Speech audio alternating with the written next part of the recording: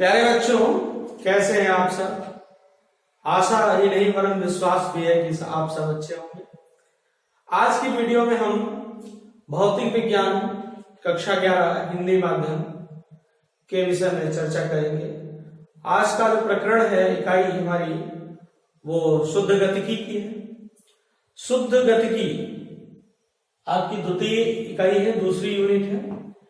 पहली यूनिट में हमने भौतिक जगत एवं मापन संबंधी विषयों पर चर्चा की, जो वीडियो प्लेलिस्ट में दिए हुए हैं, आप उन्हें देख सकते हैं। आज के प्रकरण में जो शुद्ध गतिकी आपकी यूनिट का नाम है, इसका मतलब होता है कि जब किसी वस्तु पर हम बल के प्रभाव का अध्ययन करते हैं, जब किसी वस्तु पर हम बल के प्रभाव का अध्ययन करते हैं, तो भौतिक विज्ञान की वो शाखा शुद्ध गतिकी कहलाती है। क्या कहलाती है? शुद्ध गतिकी कहलाती है। इसमें दो आपके चैप्टर हैं। पहला ऋजुरेखीय पथ पर गति, और जो दूसरा चैप्टर है आपका वो सदिश विश्लेषण का है। तो इस चैप्टर में हम बात करते हैं, सबसे पहला जो टॉपिक है वो निर्देश तंत्र का। निर्देश तंत्र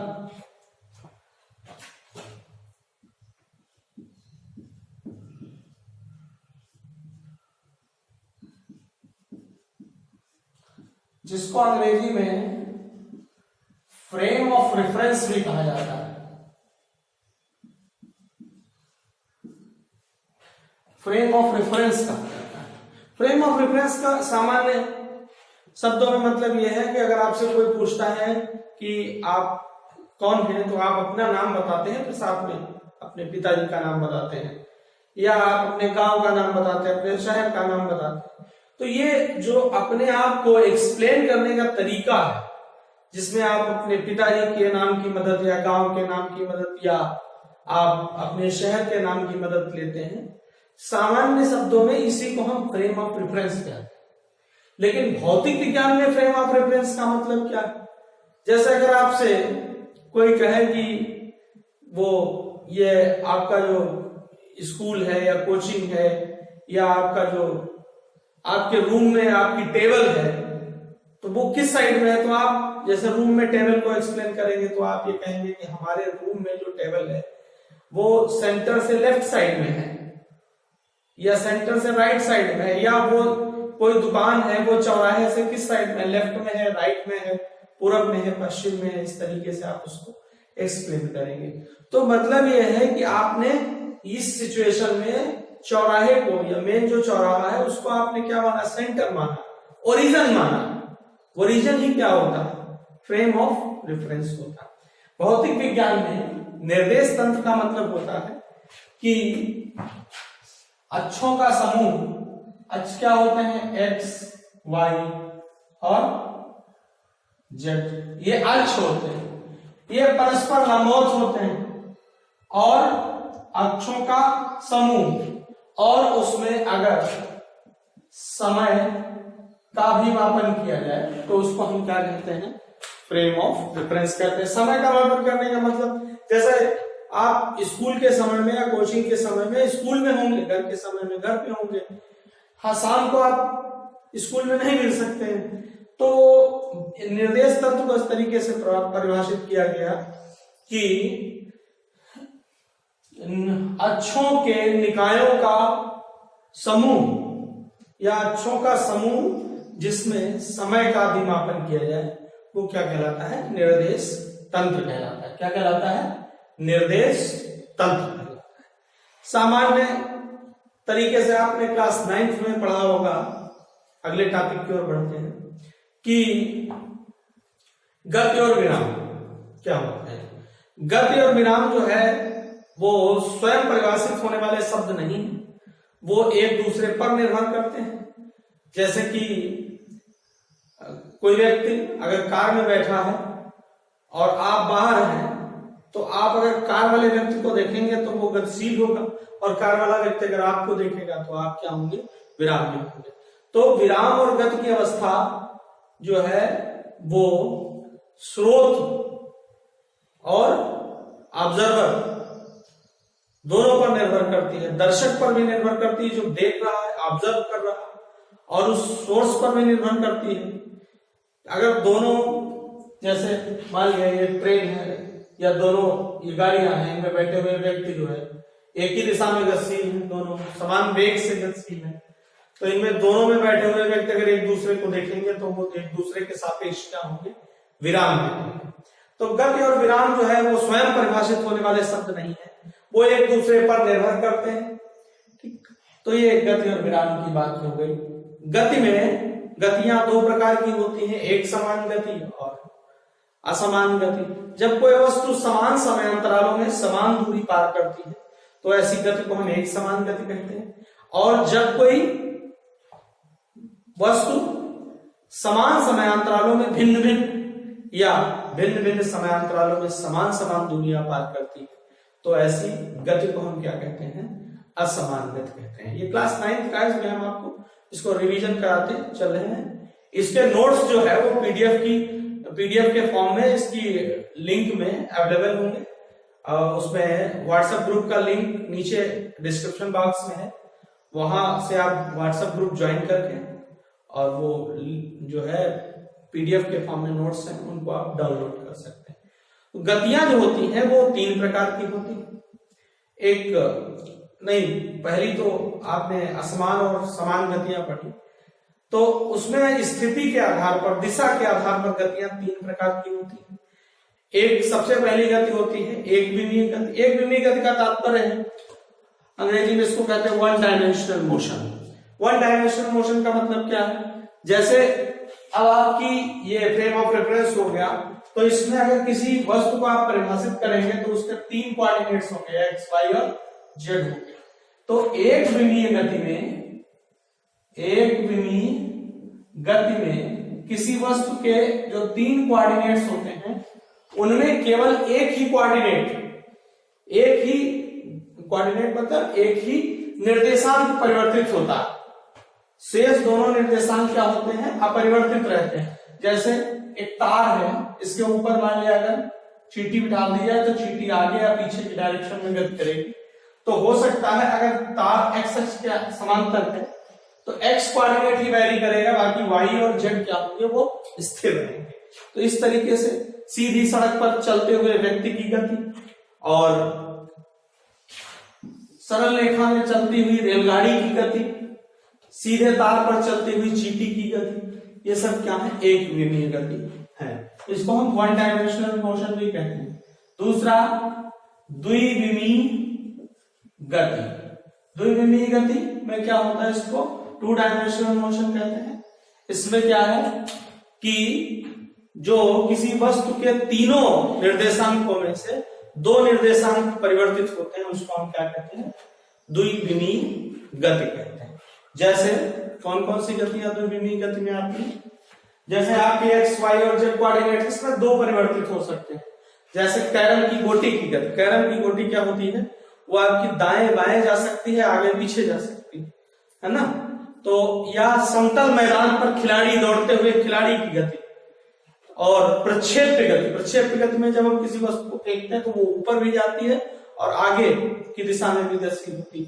तो इस तरीके की गतियां क्या होती है, द्विविमीय गतियां कहलाती है। और तीसरी होती है त्रिविमीय गति। त्रिविमीय गति जिसको हम 3 डायमेंशनल मोशन कहते हैं। त्रिविमीय गति में वस्तु के तीनों निर्देशांक क्या होते हैं, वो परिवर्तित हो जाते हैं। जैसे आकाश में उड़ते हुए चिड़िया की गति या प्लेन की गति, गैसों के अणुओं की गति, ये सब क्या है, त्रिविमीय गतियां। गैस का अणु आगे पीछे भी गति कर सकता है, ऊपर नीचे भी गति कर सकता है, दाएं बाएं भी गति कर सकता है। स्वतंत्र आकाश का मतलब होता है जहां पर स्वच्छंद विचरण किया जा सके, त्रिविमीय गति उसको कहते हैं। और आपने इसमें थोड़ा सा बेसिक पढ़ के हम जो है वो गति के समीकरणों की ओर चलेंगे। गति के समीकरणों को हम यहाँ कलन विधि द्वारा सॉल्व करेंगे। तो उसके बेसिक को प्रिपेयर करने के लिए हम वेग की चर्चा करेंगे। सबको पता है वेग क्या होता है, वेग से पहले दो शब्द और आते हैं, विस्थापन और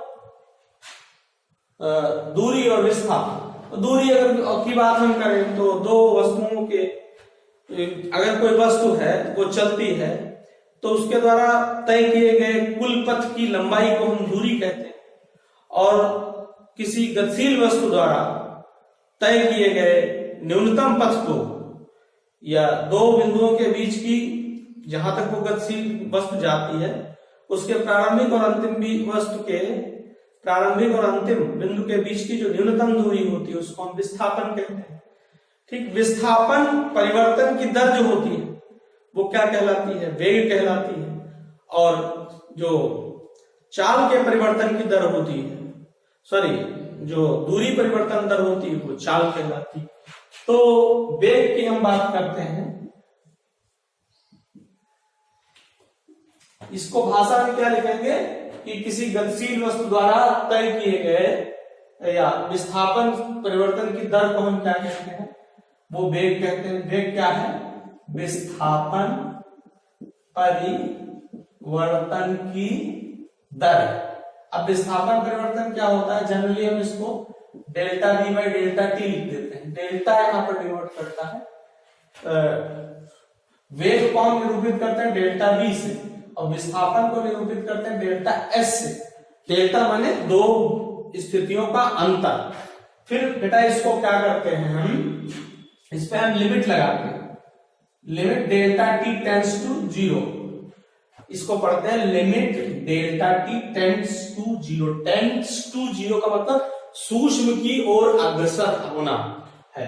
अगर समय सूक्ष्म होगा तो इस परिवर्तन को delta S by delta T को हम कैलकुलस के फॉर्म में, जिसको हम अवकलन कहते हैं हिंदी में, परिवर्तित कर सकते हैं।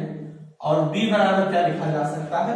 डेल्टा के प्लेस पर d आ जाता है। क्या आ जाएगा? d हो जाएगा, और इसको हम क्या कहेंगे? v is equals to ds by dt। Generally इसको हम ds बाई dt कहते हैं, लेकिन ये है क्या? v is equals to d by dt of s। ठीक, d बाई dt का मतलब, d बाई dt को हम कहते हैं अवकलन गुणांक। क्या कहते हैं? अवकलन गुणांक कहते हैं। और जो इसमें s है, s के परिवर्तन की दर है। d बाई dt का मतलब क्या है? के परिवर्तन की दर। किसके? s के परिवर्तन की दर, माने विस्थापन के परिवर्तन की दर ही क्या है? वो वेग है। तो ये आपका वेग हो गया। बाकी पता है वेग का मात्रक SI मात्रक मीटर पर सेकंड होता है, ये सदिश राशि होती है। और वेग के बाद टॉपिक आता है आपका त्वरण। क्या आता है? त्वरण। तो आपको पता है कि वेग परिवर्तन की जो दर होती है, वेग परिवर्तन की दर, उसको हम क्या कहते हैं? त्वरण कहते हैं। माने delta v by delta T is equals to A, त्वरण, एक्सेलरेशन। तो यहां पर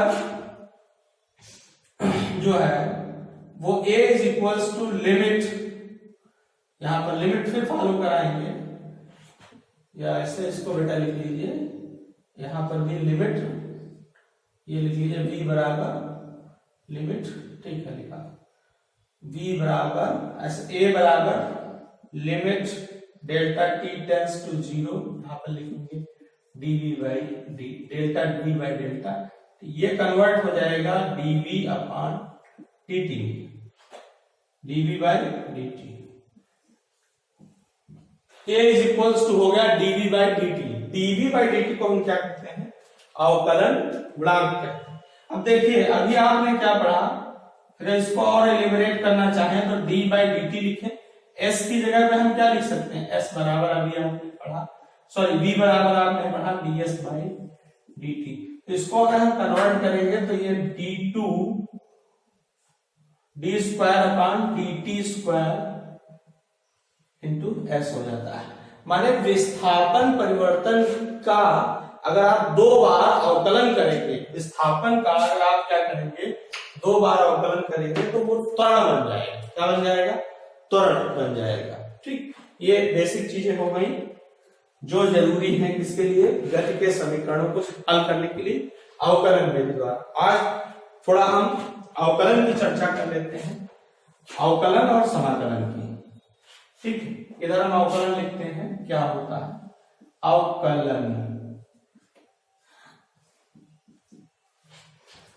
एक गणित न्यूटन ने बनाई जिसको नाम दिया कैलकुलस, कलन चलन कहते हैं इसको। और उसके दो पार्ट हैं, एक क्या है डिफरेंशिएशन है, अवकलन को क्या कहते हैं डिफरेंशिएशन है। डिफरेंशिएशन कहते हैं, इसका मतलब यह है कि अगर y बराबर कोई fx फंक्शन है, y बराबर क्या है fx है, जैसे y बराबर x की पावर m है माना, तो इस स्थिति में अगर इसका अवकलन करेंगे, अवकलन किसके सापेक्ष करेंगे, जैसे यहां पर y का मान किस पर निर्भर कर रहा है, x पर निर्भर कर रहा, तो y का हम इस वाले फंक्शन का हम x के सापेक्ष अवकलन करेंगे, तो इसको लिखेंगे D by D X of Y. ये लिखा क्या है D by D X of Y, लेकिन इसको पढ़ते क्या है जनरली हम तो वैसे पढ़ देते D Y by D X कह देते हैं। तो अगर हम D by D X of Y करें तो y का मान क्या है x की पावर n।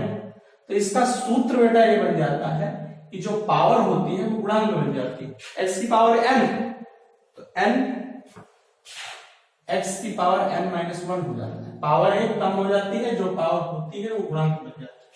ठीक, उदाहरण के तौर पर अगर हम मान लें कि y बराबर x की पावर 5 है, तो इसका अगर हम अवकलन करें तो dy by D x is equals to D by D X, X की पावर 5 रख देंगे, 5 गुणांक बन जाएगा और पावर एक क्या होगी कम हो जाएगी, 5 माइनस 1 माने 5 x की पावर 4 हो जाएगा। इसी तरीके से अगर हम कहें कि y बराबर x की पावर 2, तो वो क्या हो जाएगा dy by D x is equals to D by D x और x की पावर 2 माने 2x की पावर 2 माइनस 1 बराबर 2 माइनस 1 कितने दे रहे हैं बराबर क्या हो जाएगा 2x हो जाएगा। इसको हम क्या कहते हैं अवकलन कहते हैं। क्या कहते हैं अवकलन कहते हैं। आपको दो चीजें याद रखनी है, dv बराबर v बराबर ds बाई dt होता है, a बराबर dv बाई dt होता है, ये कैलकुलस के फॉर्म में। थोड़ा सा समाकलन की चर्चा कर लेते हैं, फिर अगले वीडियो में हम लोग गति के समीकरणों की चर्चा करेंगे। अब समाकलन क्या है, इसको कहते हैं इंटीग्रेशन या इंटीग्रल, कुछ भी कह लीजिए। अब देखिए अगर कोई फंक्शन y बराबर fx है, जैसे कि y बराबर x की पावर n, अगर इसका आपको क्या करना है समाकलन करना है, क्या करना है समाकलन। तो समाकलन के लिए आवश्यक है कि उस फंक्शन में यह समाकलन का चिन्ह लगाया जाए, इसको क्या कहते हैं समाकलन का चिन्ह, मैंने चिन्ह लिखेंगे। ठीक, बोला जाता है चिन्ह और लिखा जाता है चिन्ह। ठीक, समाकलन का ये चिन्ह होगा, ये क्या है dy, इसको लिखा है ये समाकलन गुणांक। ये समाकलन करने का क्या है तरीका, इंटीग्रेशन y या इंटीग्रल y dy इसको पढ़ेंगे। अब y का वैल्यू क्या है x की पावर n है और क्या है dy। अब इसका इस तरीके से चूंकि हम इसको किसके रिस्पेक्ट में कर रहे हैं y dy था, अब x में इसको कन्वर्ट किया तो यहां पर ये क्या हो जाएगा x के फॉर्म में हो जाएगा। इसको समाकलित कर रहे हैं किसके सापेक्ष x के सापेक्ष, तो यहां x पहले से ही लिख देंगे। ठीक, तो y को जो ये समाकलन गुणांक जिस पद में होगा उसी में हम अपने फंक्शन को परिवर्तित कर लेंगे। तो अब इसमें होता क्या है, ये समाकलन का चिन्ह और समाकलन गुणांक दोनों हट जाते हैं और जो पावर है वो एक बढ़ जाती है और ऐड हुई पावर से बढ़ी हुई पावर को हम क्या कर देते हैं डिवाइड कर देते हैं। ये सूत्र होता है। देखिए बेटा ये जो है आपको ये अवकलन का सूत्र है और ये समाकलन का सूत्र है, इनको आपको बिल्कुल कंठस्थ कर लेना दोनों। अब एक एग्जांपल के तौर पे हम आपको बता रहे हैं, देखिएगा भाई इंटीग्रेशन, ये एग्जांपल है आपका इंटीग्रेशन x की power 2 dx is equal to क्या हो जाएगा समाकलन का चिन्ह भी हटना है, समाकलन गुणांक x की पावर 2 प्लस 1 बटे 2 प्लस 1 माने x क्यूब बटा 3 हो। अगर यहाँ पर इंटीग्रेशन x dx होता तो क्या हो जाता, x की पावर 1 प्लस 1 अपॉन 1 प्लस 1 माने पावर यहाँ 8 है ना। तो x स्क्वायर बाई क्या हो गया 2। ये दूसरा एग्जांपल, ये पहला एग्जांपल। तीसरा देखिए, अगर इंटीग्रेशन dx लिया, बीच में कुछ है ही नहीं, कोई चर है ही नहीं, तो हम चर की पावर जिस रिस्पेक्ट में, जैसे dx लिया तो x की पावर 0 मान लेंगे, अगर y लिया होता तो y की पावर 0 मान, और इसको समाकलित करेंगे तो क्या होगा, x की पावर 0 प्लस 1 हो जाएगा, पावर में एक जोड़ेंगे और ऐड की हुई 1 ऐड की हुई जो टोटल पावर है उससे डिवाइड कर देंगे, तो ये बेटा क्या बन जाएगा, x बन जाएगा। इसी पद का यहाँ पर इस्तेमाल होगा समीकरण में, जैसे integration dx is equals to x हो गया, उसी तरीके से integration dv is equals to dv हो जाएगा, v हो जाएगा। Integration ds is equals to क्या हो जाएगा, s हो जाएगा, या इंटीग्रेशन dt अगर होगा तो वो क्या हो जाएगा, t हो जाएगा। तो इस तरीके से हमने, डिस्क्रिप्शन में लिंक रहेगा नोट्स के लिए, आप चिंतित मत होइए। डिस्क्रिप्शन में हमारे व्हाट्सएप ग्रुप का लिंक है, आप उसको डाउनलोड कर सकते, लिंक से आप हमारे व्हाट्सएप ग्रुप को ज्वाइन कर सकते हैं और उसमें नोट्स आपको डे बाय डे मिलते रहेंगे। तो यहां पर हमने आपको समाकलन की कुछ चर्चा की, अवकलन की चर्चा की, और बेसिक जो पद हैं हमारे कौन कौन से, वेग और त्वरण। अगले वीडियो में हम गति के समीकरण कलन विधि द्वारा सॉल्व करेंगे, वही पुराने गति के समीकरण v बराबर u प्लस एटी, s बराबर ud plus half eighty square, और तीसरा समीकरण v स्क्वायर बराबर u स्क्वायर प्लस 2as। बस फर्क ये होगा कि कक्षा 9 में हमने सामान्य विधि ग्राफ और ग्राफ द्वारा सॉल्व किया था, यहां पर हम कलन विधि द्वारा सॉल्व करेंगे। तो ये वीडियो सेशन आपको कैसा लगा कमेंट बॉक्स में जरूर बताइए, और हमारे साथ बने रहिए, कंटिन्यू आपको ऐसे क्लासेस मिलती रहेंगी।